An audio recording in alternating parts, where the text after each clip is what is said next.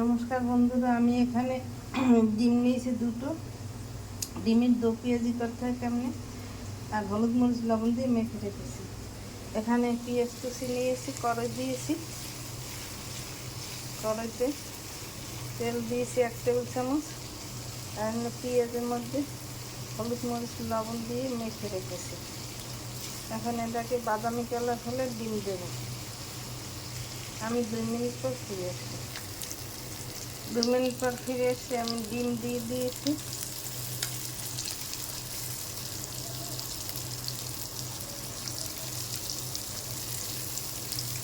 ডিম আর পেঁয়াজ খুব ভাজা ভাজা হলেই ডিমের দো পেঁয়াজি হয়ে যাবে।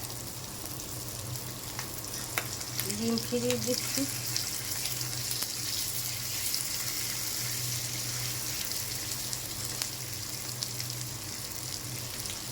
আমি 2 মিনিট পর